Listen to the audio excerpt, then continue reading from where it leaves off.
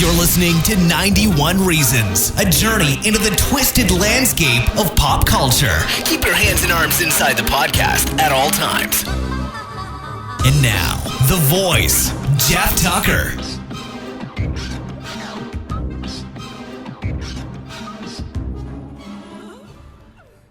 I've been around long enough to know that movies have changed in the way that, how do I describe it? Like, it used to be that if you wanted to make a movie, you needed a lot of time, a lot of money, a lot of equipment. I know that when Kevin Smith made Clerks back in 1994, he maxed out every credit card he could. He did everything he could to make that movie. Same with Robert Rodriguez when he made El Mariachi. I mean, he had himself put in for medical testing to pay for to get the money to make the movie. So, to me, movies have always been growing up completely out of reach. I mean, when I was younger, there was only one person we know who even had a video camera.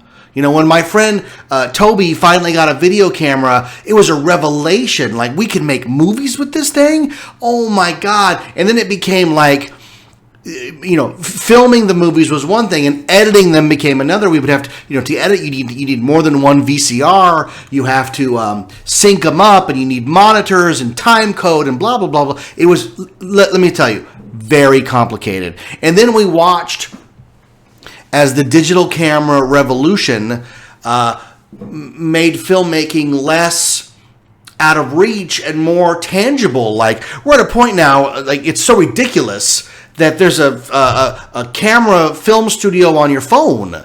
So I can shoot, edit, and upload on my phone. It's unbelievable, because it wasn't that long ago, 1999, that the movie Blair Witch came out, where it was made totally on little camcorders and stitched together, the first real successful found footage type movie.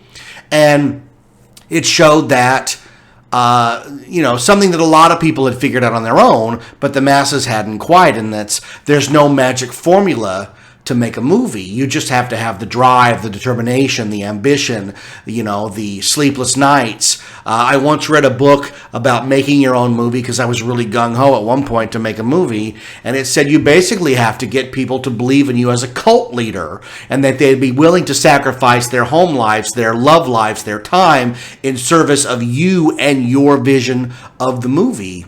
And there were a few times, like, I had a crew, I had everything, and one thing or another fell apart, and I never got to make that big, 45-minute short film that I wanted to make. And it wasn't in the cards for me, and I get it. So I concentrated more on writing. But I had no idea when I saw Toy Story in theaters in 1995 that we would actually get to a point where computer animation would be available to anybody who could sit down at a computer and spend the time to do it. The things that Pixar did in the early days, the renderings took days at a time for individual frames. I've seen pictures of John Lasseter basically living at his computer to make Toy Story. This was not an easy feat. So to see now, it's 2016, and my kids are on their laptops making fully rendered animated cars and people and characters. It is truly amazing how the tools that once to just the few now belong to the many. And that's a good thing, because that encourages art. It encourages people to have a vision and make your movie. And if you have the drive and see it through, that's a fantastic thing, because it wasn't that long ago that even if you had all those things, but you couldn't get it together to get the camera and the film and the processing and you didn't have a movie. And now a lot of the no's have been taken away from you. And where I'm going with this is normally that's a good thing, but there are instances where the freedom to make whatever movie you want is not a good thing. It is a colossally bad idea. And I want to thank Patreon pledger Patrick. Patrick Winooski, it's his birthday. Let's hear happy birthday, Patrick. And he graciously pledged on the Patreon page and chose the film Elf Bowling for me to review. It has a subtitle about the Great Elf Strike of something. Patrick's last go-round with me was he wanted me to review Food Fight with Charlie Sheen, which if you look at that, Food Fight was like 90 minutes. It was what I would call the longest 90 minutes of my life. One of the worst films I have ever seen. So this year, he's trying to one-up himself by picking Elf Bowling.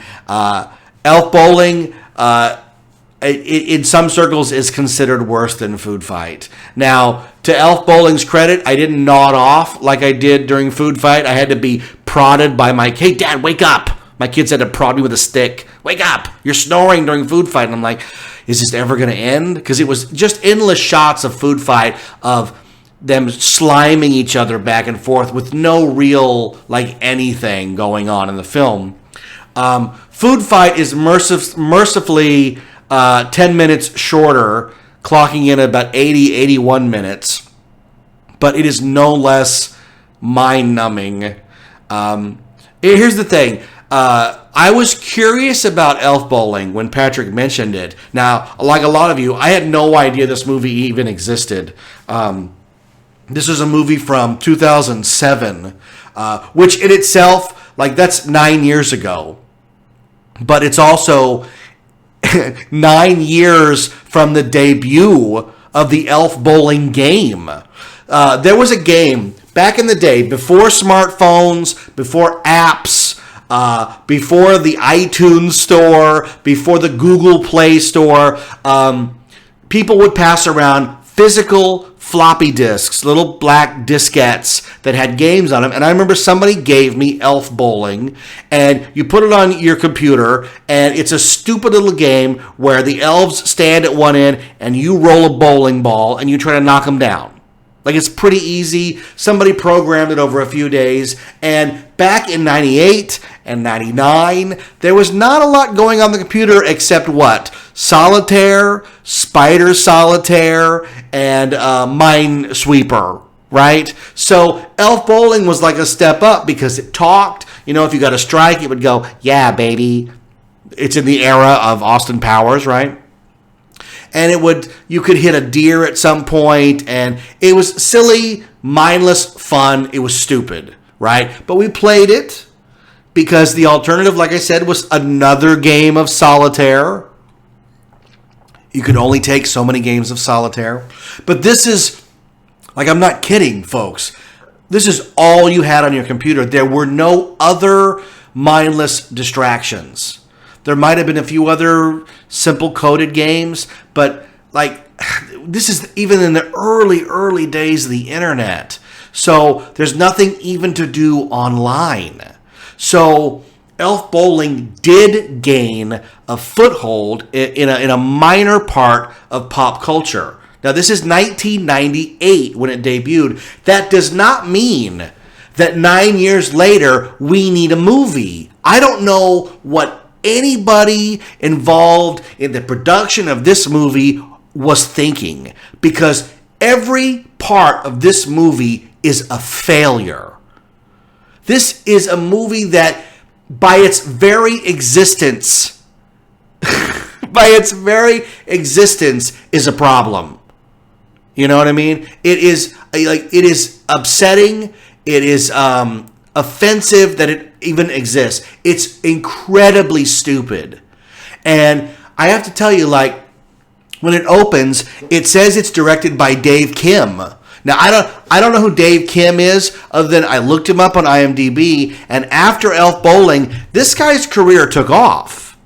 He ended up being the computer graphics supervisor on some of the biggest films ever made, Transformers series, Marvel movies. So Elf Bowling did not stall his career at all. And God bless you, Dave Kim, because when I hear Dave Kim, all I can think of is the Goldbergs, where the line is, "Shut up, Dave Kim."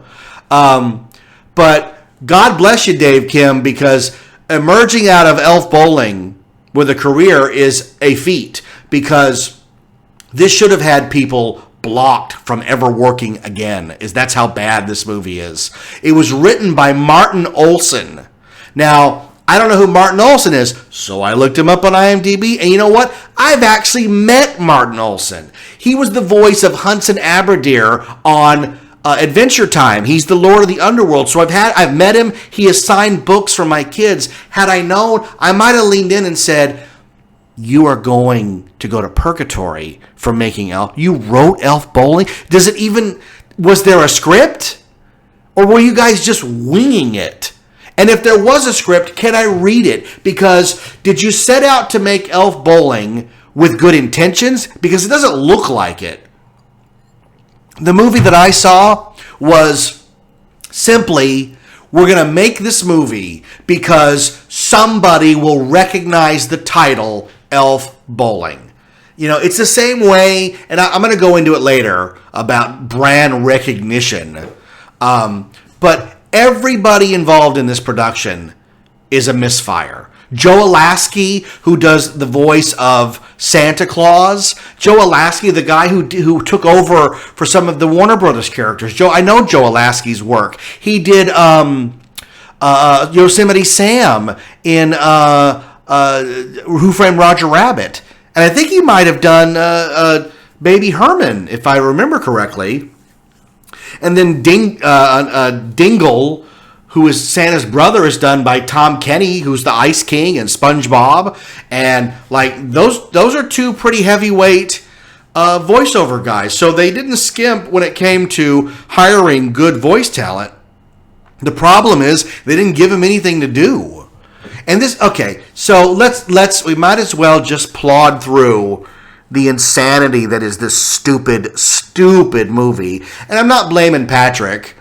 You know, he wants me to review. He knows it's crud. It's been reviewed a dozen times on YouTube, and I didn't listen to any of those because I didn't want to be biased or tainted by their reviews. But I'm sure they're all the same. If I met somebody who actually enjoyed and liked Elf Bowling, I would back away slowly because there's something definitely wrong with them. It's not even one of those so bad it's good movies.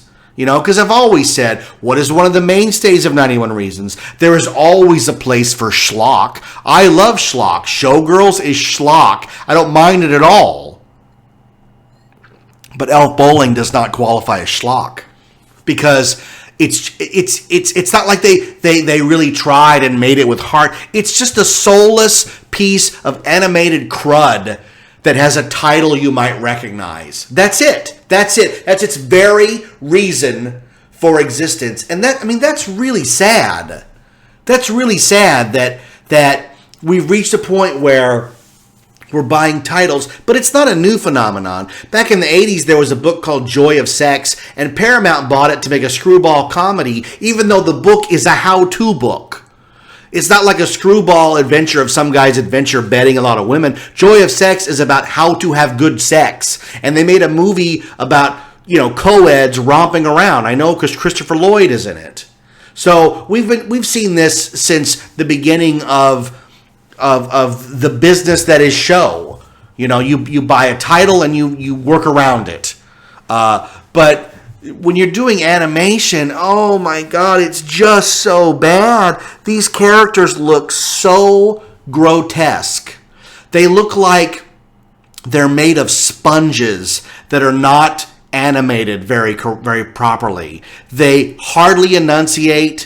When Zeke or Zeely or whatever the hell the head elf shows up, he's snowboarding, and they just animated his mouth open and frozen and put in like woo wee, but he's not making any of those faces. And when the characters talk, it's not like quite right. And oh my God. So get this. You know what? Here's the other thing.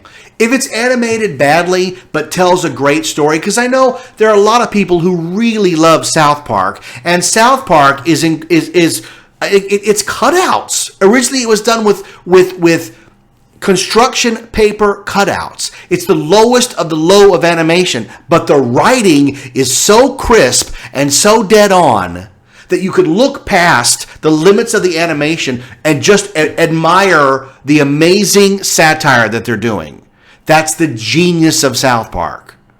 The writing's as creaky and rusty as the animation, so they are not offsetting each other. They are instead pointing a glaring finger at you, the viewer, going, why? Why are you sitting through this?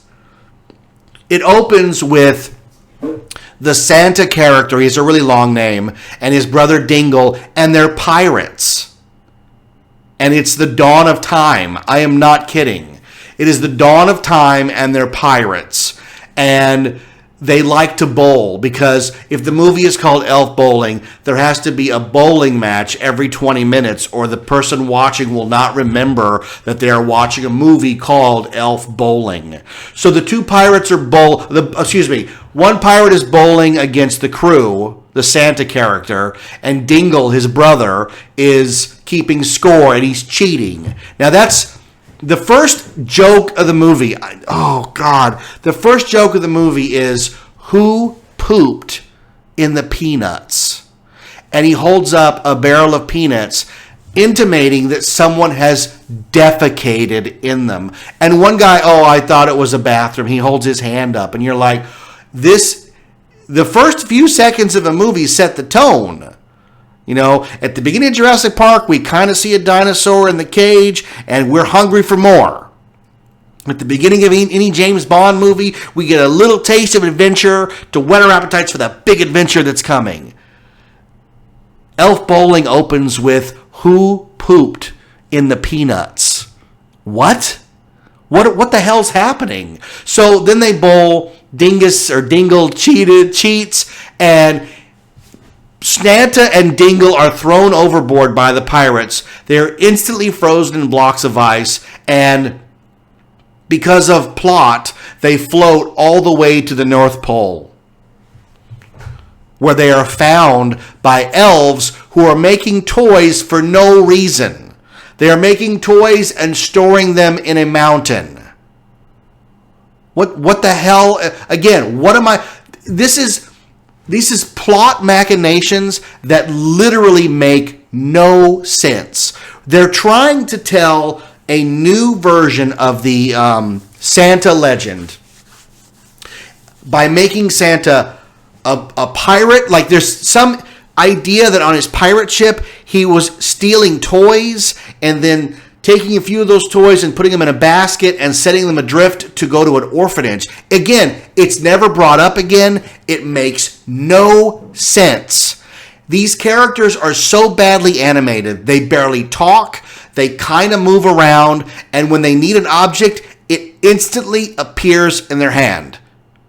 Dingle has two penguins that follow him around, and he hits them with a fish. And then when they cut, there's no fish in the shot. At one point, Santa has to float away on an ice floe, and he literally raises his hands, and an oar appears in his hand. Okay? I get it. A movie like this is going to be sold at the local drugstore in that bin of DVDs for $3.99, and you buy it, you put it on in the kids' room, and you walk away, and you let the kids watch it. But I'm telling you, even children would turn their nose up at this piece of animated dreck. I can't think of a single entity that would sit still for the entirety of this movie for no reason other than they are gluttons for punishment, or like me, they're doing it as an assignment. I can't imagine. Within 10 minutes, I wanted to reach in, pluck my eyeballs out, and wash them in peroxide, and then put them back in, because I wanted it to go away, because the whole plot makes no sense.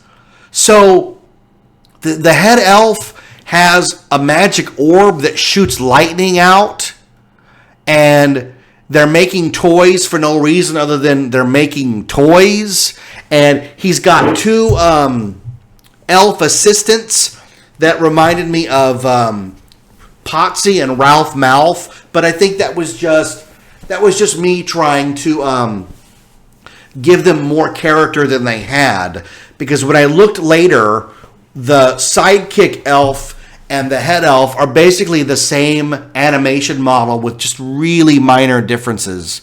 So Santa makes some deal where he's gonna run the place because they've been foretold that a man with a beard, and they've got a big statue of like a prophecy. Again, it's all absolute bug nonsense.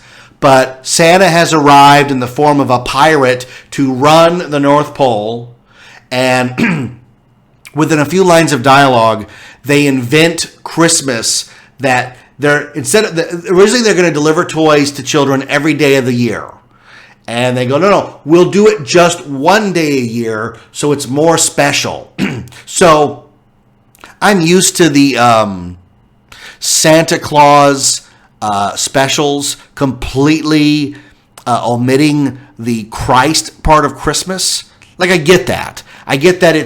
This is non-secular. It's Santa Claus. He's delivering toys. But the idea of giving gifts on the 25th in all of those shows is already a foregone conclusion. They're already going to do that. And the idea is, well, that's Christmas.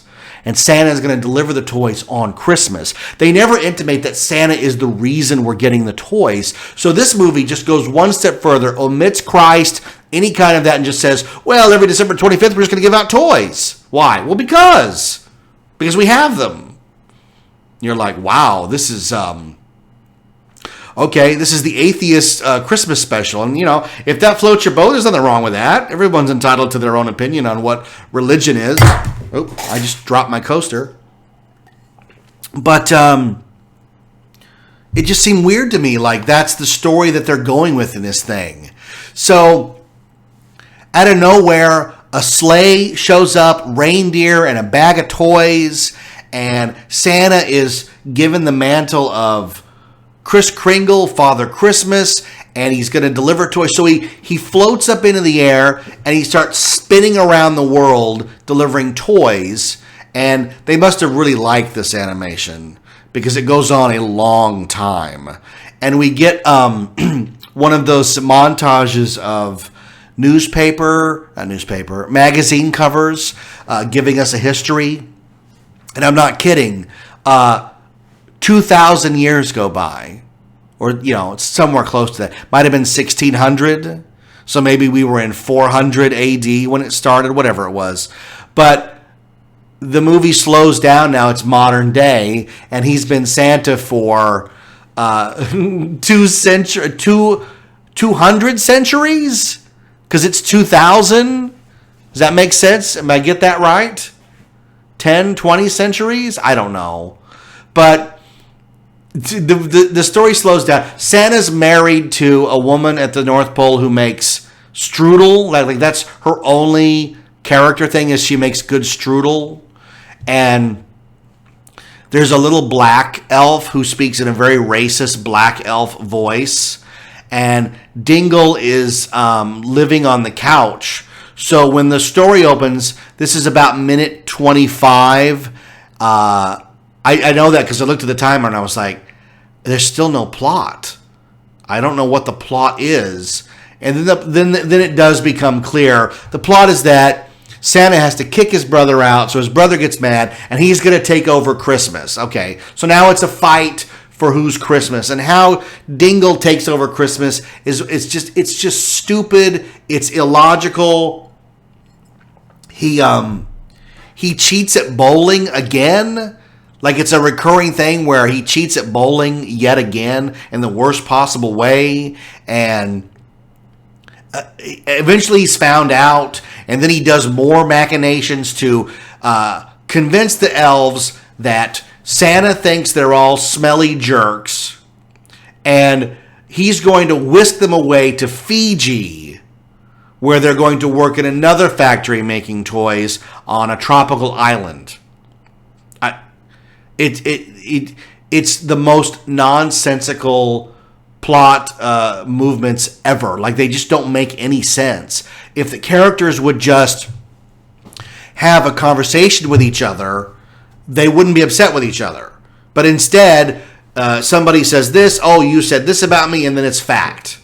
And at about the 80-minute mark, Yeah, you have to go through like 35 minutes of, or 25, 40 minutes of just literally nonsense. There's a few songs where the elves talk about how they have to be kept happy or they're not going to work, and it's mind-numbingly bad. But at the 80-minute mark, we meet a new character, and she's an evil woman who's highly sexualized. And I didn't even bring that up. There's a few weird, like, sexual overtones in the movie that just come out of left field. The worst being this character, I don't even remember her name, but she's gonna partner up with Dingle, and they're gonna rule Christmas and make money because they're gonna charge the children for their Christmas toys. And you're like, how can we still have more plot when we should be wrapping this thing up? And you know it's all going to end up leading to yet another ridiculously bad bowling sequence. So you're just watching plot movement after plot movement that it makes zero sense. Nobody acts like a real character or a real person. At one point, the strudel lady goes back to the North Pole to thaw Santa out, who says, pack me a bag, I'm going to Fiji, and I'll send a taxi for you. And then he just jumps in the sleigh and he's gone with no bag packed. And there's lots more moments of characters, simply things appear, which, I get it's a cartoon and there's a little bit of license. Like, we don't know where Bugs Bunny gets the frying pan to hit Yosemite Sam with. We just know that he has the frying pan. And I get that part of screwball comedy. I totally get it. But it's different when Dingle says, you're all going to work for me. And they go, where? And he goes, in my factory. And like right behind him, there's a giant lit up factory that nobody saw before, because it wasn't shown to us, the audience. So, and then there's a whole bit where the head elf discovers he has, I'm not kidding, like Jedi power, and he can make things float even when he's not holding his magic orb. So I was like, oh, so maybe the idea is like he needed that orb as a crutch, but his power is really from within. But then later when he tries to revive the North Pole, which has been blown up, he needs the orb. So again, you can imagine this movie is being made by a team of animators who are not talking to each other, because there's no communal meeting to say, well, we're working on this project and we're working on this side of the project and we'll get together and we'll compare it. It's just, hey, you guys just make it and we will figure out how to stitch it together in the editing process. And if there's a problem, we'll just cover it up with song. Bad, really bad, badly rhymed crap fest songs. And you're like, oh, that's great. That's what we'll do, Bob. And I was mesmerized by how bad it was. And I knew going in it wasn't going to get any better. It just simply wasn't. But usually, even in a bad movie, there's one or two things you can latch onto. But this one, the characters are grotesque. For some reason, the pirate Santa and the pirate Santa brother were given like pock marks on their face. So when they zoom in and they zoom up pretty close, they're not attractive characters. Like, they're really grotesque, ugly character creations. The elves too. Like, they zoom in and you're like, you guys shouldn't zoom in on these characters. This is bad. These things look terrible. And the thing that really bugs me is that, and there used to be a cartoon on television called Reboot, which was the first daily, or at least Saturday morning, cartoon done on a computer. And the thing that computers did in the beginning, same with, if you remember Beast Wars, is they needed to tell you, the audience, that, hey, this is not cell animation. Because cell animation, the background usually is static. The characters come on, they talk, and then they move off frame. But computer animation, right from the beginning, because of that iconic shot in Beauty and the Beast, that shot where the camera pans down around the ballroom and they're moving while they're dancing? I'm doing it with my hands, but you can't see it. It's rotating. It's rotating around. We'd never seen that in a cartoon before. There was a little bit of that for Eric's ship in The Little Mermaid. If you remember watching that the first time, like, oh, the ship is doing something I've never seen before. So every computer animated show from then on, including Elf Bowling, has to pan around the backgrounds because they need to show off how the camera can move in this animated, computer-generated environment. But it's a crutch now. Because instead of telling a story of any kind, they're just showing you crap on the screen that happens to move with color because, kids don't care about any of that stuff. But they do. Kids care about plot. Kids want characters they can depend on, are afraid of, worry about, want to succeed, hope to fail. There's none of that in this. Santa and Dingle are two idiot characters. They're pirates who become Santa. What the hell? What the hell? And the elves, they all talk like, Santa, we want, I don't like anybody. I don't like anybody in this movie. It's like the first version of Toy Story. If you've ever seen the animatics on that, the first version of Toy Story, Woody's a complete jerk. Like, you really, really dislike him as a character because Eisner wanted it to be edgy, and edgy means jerk. So thankfully, Lasseter was like, no, the audience has to identify and love Woody. And you know what? We love Woody. Woody's a great character. He's stalwart, he's dependable, he's warm and friendly. Even when he's jealous over Buzz Lightyear, he still comes across warm and comforting and friendly the way he's supposed to. And that's what good animation does. It gives a soul to something which is just pixels.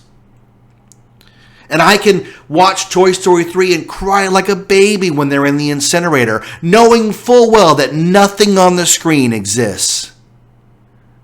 And yet I have been transported to another world and made to feel emotion. And this movie, they didn't attempt any of that. They didn't even strive for it. They scribbled a little plot. Elf Bowling, the movie, we're going to make it because people recognize it. And it might make us some money. And you know what? It had a budget of $6.5 million. I don't think it ever made a single screen in a theater, and it probably took them years to make their money back on DVDs. The DVD on Amazon is 39 cents. To rent it on Amazon Direct or whatever their download service is, $2. And I doubt anybody is renting this. No way. If you go on their IMDb page, on the bottom of the message board, it says, do not rent this movie. It's terrible. But here's the thing. Have we learned any lessons? Have we looked at the travesty that is Elf Bowling, the great elf strike, and said, look, we need to stay away from that? No, we have not. Because this summer, for some unknown, unbelievable reason, there's a movie based on Angry Birds. Remember Angry Birds? The game that everybody was playing 4 years ago? Like 4 years ago, man, that game was great on my phone. Pull a little bird back and launch him and try to kill all the pigs. That seems like an eternity ago. And they're making a movie? Really? And it's a budget of over $100 million? Wait a minute. You're telling me the phone app, which was free, which stuck around so long on your phone, they had to give it a Star Wars overlay and then a Transformers overlay, complete with a ridiculously dumb toy line at Toys R Us that nobody bought and ended up on clearance everywhere. Then there was a girl version of Angry Birds. And we're still 3 years ago. 2 years ago. You're telling me that somebody looked at that and made a deal to make $100 million movie? I mentioned this to somebody. I said, they're making an Angry Birds movie this summer. And they said, oh, no, there's already been an Angry Birds movie. I said, no, there hasn't. He goes, no, yeah, I did. It was called Rio. I said, no, Rio was a movie all its own that had an Angry Birds Rio overlay. But Rio was not an Angry Birds movie. There is an actual Angry Birds movie about birds living on an island. One of them's in love with a girl he can't have, and then space pigs come down and declare they're taking all their land. And it's what's his name from SNL? Bill Hader. Great voice actor. He was Fear in Inside Out. But I watched the trailer. The trailer's 3 or 4 minutes long. There's not a chuckle or a guffaw or a chortle anywhere in the trailer. It's so unfunny as to almost be a parody. Like you expect at the end of the Angry Birds trailer for the bird to look out the audience and go, please remember, silence your phones. And you're like, oh, that's not a real movie. It's just a phone ad. But it isn't. The Angry Birds movie is coming, and they think we care about this because, oh, I recognize that title. And when are we going to stop this? Now, there are exceptions to this rule. You know, they made a movie based on the Ouija board. You probably don't even know this thing has already come and gone. This was last year. A Ouija board movie. Nobody cared. I think it was PG-13, which is why nobody cared. Because at PG-13, you can't even make it scary. But they can't all be Clue. Like, Clue's a brilliant movie that happens to involve all the characters from a board game. But it was written and directed with care. Now, I don't know about the Angry Birds movie. Maybe it will come out and it'll be great. But I wouldn't bet any money on it. I think that it doesn't matter if it's good. That collectively we're all going to look at it and just sort of shrug and go, how can there be an Angry Birds movie? Why don't they just make another Minions movie, right? Like, I don't understand this idea. And, you know, sometimes the studios have gotten hip. I know that that awful Lone Ranger movie that came out a couple years ago, at one point Disney pulled the plug and said, look, this is too expensive. And Gore Verbinski and Johnny Depp begged the studio to reconsider, and they poured all this money into it. It's terrible. And they only made it because people recognize the Lone Ranger. And I mean, that's it. There's no reason to make that movie other than people recognize it. I mean, and is that the future of cinema? Are we going to say that we're not going to take a risk on any other movies now unless there's some sort of built-in brand recognition? Brand. It cannot be. It can't be, or we're all doomed. The movies are going to get so stupid. And I'm telling you, man, Angry Birds, the movie, is one of the 4 horsemen of the apocalypse. The fact that $100 million, let's just think about it. Think about what you could do to help the world with $100 million. And that's low, because I bet when you finish the actual budget of the movie, and marketing, I bet we're at $200 million. Because usually the marketing of the movie is equal to the budget. So let's go conservatively. $150 million. What could you do with that money? You could feed an entire state lunch. You could build schools. You could repair roads. You could provide running water for the entire world and clean toilets. Oh my God. $150 million is a staggering, unfathomable amount of money. And they spent it on a movie about birds who fling themselves at pigs. And there's a movie about Santa rolling a giant jawbreaker at live elves wearing bowling pin hats. This is cinema run amok, folks. It truly is. And you know what? If it was cheap, you'd go, well, it's just a goof, you know. But even elf bowling costs $6.5 million. What could you do with $6.5 million? I could feed and house my family for the rest of my existence with $6.5 million. Think about that. And they used it to make a cinematic turd. And that's a drop in the bucket to what's coming down the pike with Angry Birds. Is there going to be a Cut the Rope movie? Like, it's so stupid. They've been talking about Ridley Scott directing Monopoly, the movie, for like 10, 15 years. Monopoly, the movie. Hungry Hungry Hippos, the movie. Jungle Cruise, the movie. You know, at least when you mention Haunted Mansion, you've got Guillermo del Toro on it. You know, if you get a visionary who's like, I'm going to transcend the source material and really give you something special, then I'm all for it. But yeesh, you look at that trailer for Angry Birds and you know that nobody's thinking about anything except getting through it, including the audience.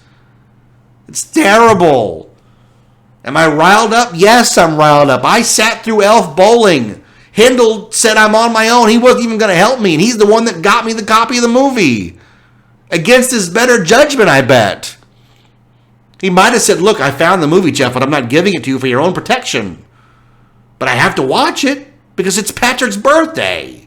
So I did, and look at me. I'm all riled up over crap movies.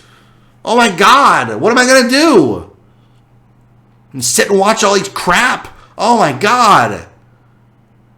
I mean, listen, we've had Facebook the movie, right? Facebook the movie, and it was really good. It was called The Social Network.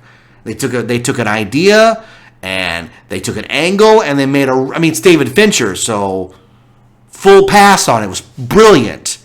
But when they announced it, you're like, Facebook the movie? So there are instances where an auteur can, like I said, transcend the source material. But it ain't always so, because Morgan Spurlock made a Comic-Con movie and it was mediocre. It didn't tell me anything about Comic-Con that I didn't already know. I wanted the history of Comic-Con from the beginning to today. I didn't get that. Mark Hamill made Comic Book the movie. That's unwatchable, man, and I love Mark Hamill. Tom Kenny's in that one too, so maybe there's a trend here, you know? But oh man, and I'm sure that there are meetings going on right now trying to figure out ways to turn all these other things, Monster High and Hot Wheels. Like, you know, Mick G was at one time attached to direct the Hot Wheels movie. Like, that's completely absurd. Rubik's Cube the movie? How about Keychain the movie? You know, we'll just cut the middle. We'll just make Keychain the movie. There's no end to it. It's never going to end. The good news is that you can go to the theater and you can see good movies. You can vote with your dollar. Like, I just watched The Hateful Eight. It was a brilliant movie. It was very Tarantino because it's a Tarantino movie. And you know if it's a Tarantino movie exactly how it's going to end. But boy, the first hour and 45 minutes were fantastic. The last bit was all Tarantino.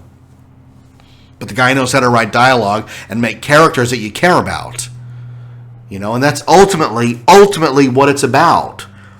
You know, I don't need to see Wishing Trolls the movie, you know, or Minecraft the movie, or whatever the kids are playing today. I don't need that. Unless it's going to be brilliant. You know, I'm not harping on video games because my kids have played some games like BioShock Infinities that's just absolutely brilliant. So there is good out there. You just got to sift through it. You got to dodge and weave at the multiplex, because what's up next? Norm of the North. I mean, Norm of the North looks like it's got Patrick Winooski written all over it. He's going to have me reviewing that when it comes out. That looks terrible. About a polar bear that goes to the city and everybody thinks it's a guy in a costume. Oh, it's just... Oh, just because you can animate it does not mean that you should animate it. Food Fight. Elf Bowling. Shrek 3. Shark Tale. So, hey, I'm not harping on animation. I think some of them are brilliant. Iron Giant is a masterpiece. The Incredibles is a masterpiece. The Lion King, Toy Story 1, 2, and 3. Finding Nemo, Wreck-It Ralph was great. Big Hero 6. But you gotta start with a script. Paper is cheap. I always say that. Paper is cheap. Start with a piece of paper. And before you start animating anything, make the script the best that you can make it. I thought Ant-Man and Guardians of the Galaxy were going to be absurd, and they were very entertaining and very well done. So you can take any material. I would, if Marvel said they were going to make Howard the Duck, I would say, it's probably going to be pretty good. Because their track record's pretty good. Iron Man 3 and Thor, The Dark World notwithstanding. So, but don't make movies just because we recognize the title. That's just stupid. We don't need that. 7-Eleven, the movie. Remember Career Opportunities was called Target the movie because the whole place takes place in Target. I get that. But you don't have to do that. Unless you've got Jennifer Connelly riding a coin-operated horse, all is forgiven if that's what you got. So, what are you going to do, right? Everything's up for grabs. Anything could be a movie, apparently. Even elf freaking bowling. Hey, I want to thank Patrick Renewski. Happy birthday for supporting 91 Reasons and pledging enough on Patreon for me to review this movie. I prod and I kid, but it's fun reviewing a bad movie. Just as much fun as it is reviewing a good movie. As you can tell, I've done nearly an hour of railing, and I just had a good time doing it. So, happy birthday, Patrick. Good luck on your amazing new career. I know you're going to soar to new heights, and one day call me on the phone and go, Jeff, I need you for a project. I'm going to go, oh my God, Patrick, the phone is ringing, and you're calling me for a job? Yes, we're going to make Angry Birds the ride, and you're click. Well, thank you. If you'd like to support us on Patreon, go to patreon.com, search 91 Reasons or my name, Jeff Tucker.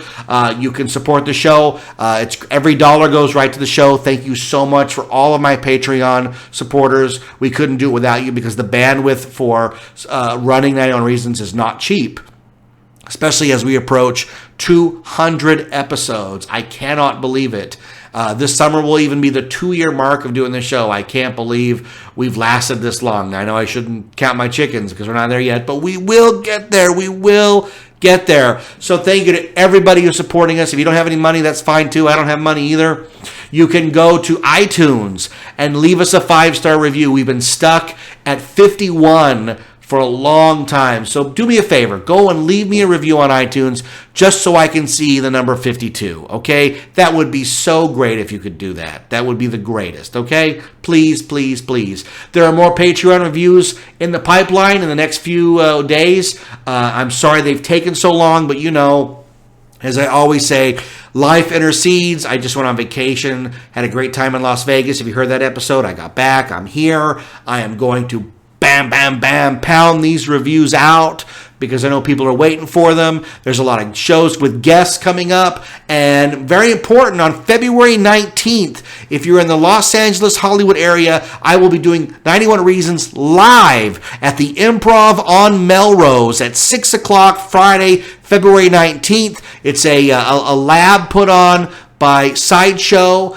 and I'm so excited to stand in front of an audience. I'm probably going to do the best of my Berg shows. The difference is that it's 18 and over, so it'll be an R-rated show. I've never done an R-rated show before, but I'm going to go ahead and do that and then bleep it for the podcast feed. So tickets are free. If you go on the 91 Reasons Facebook page, you can find the link which takes you to the Melrose Improv page to find out all the information.